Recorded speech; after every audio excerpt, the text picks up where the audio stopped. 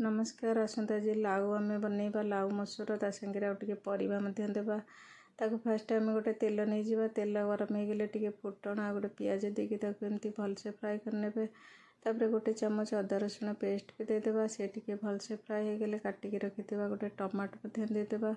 आउ सुखा मसला रे आम टिके धनिया पाउडर जीरा पाउडर हल्दी गुंड लंका गुंड ताको देकी एमती आम भलसे टिके पानी देकी कसीदेबा।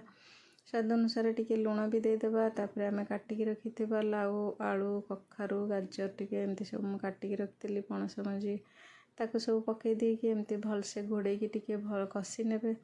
तापर अल्प टिके मसूर डाली भी धोईकी ता देहरे देदेबे। एमती ताको घोड़े घोड़े कसीबे। से टिके पानी बाहरिबो सेतरे पानी जमा देबेनी।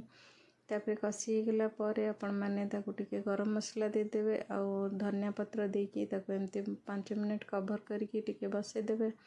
तापर से हेगला परे आपण माने गरम गरम प्लेट को बाहर करी रोटी और भात संगे खातु निश्चय बढ़िया लगे। आपण मानक जदि मो रेसिपी भल लगुच ताले प्लीज लाइक शेयर सब्सक्राइब करदेवे। नमस्कार।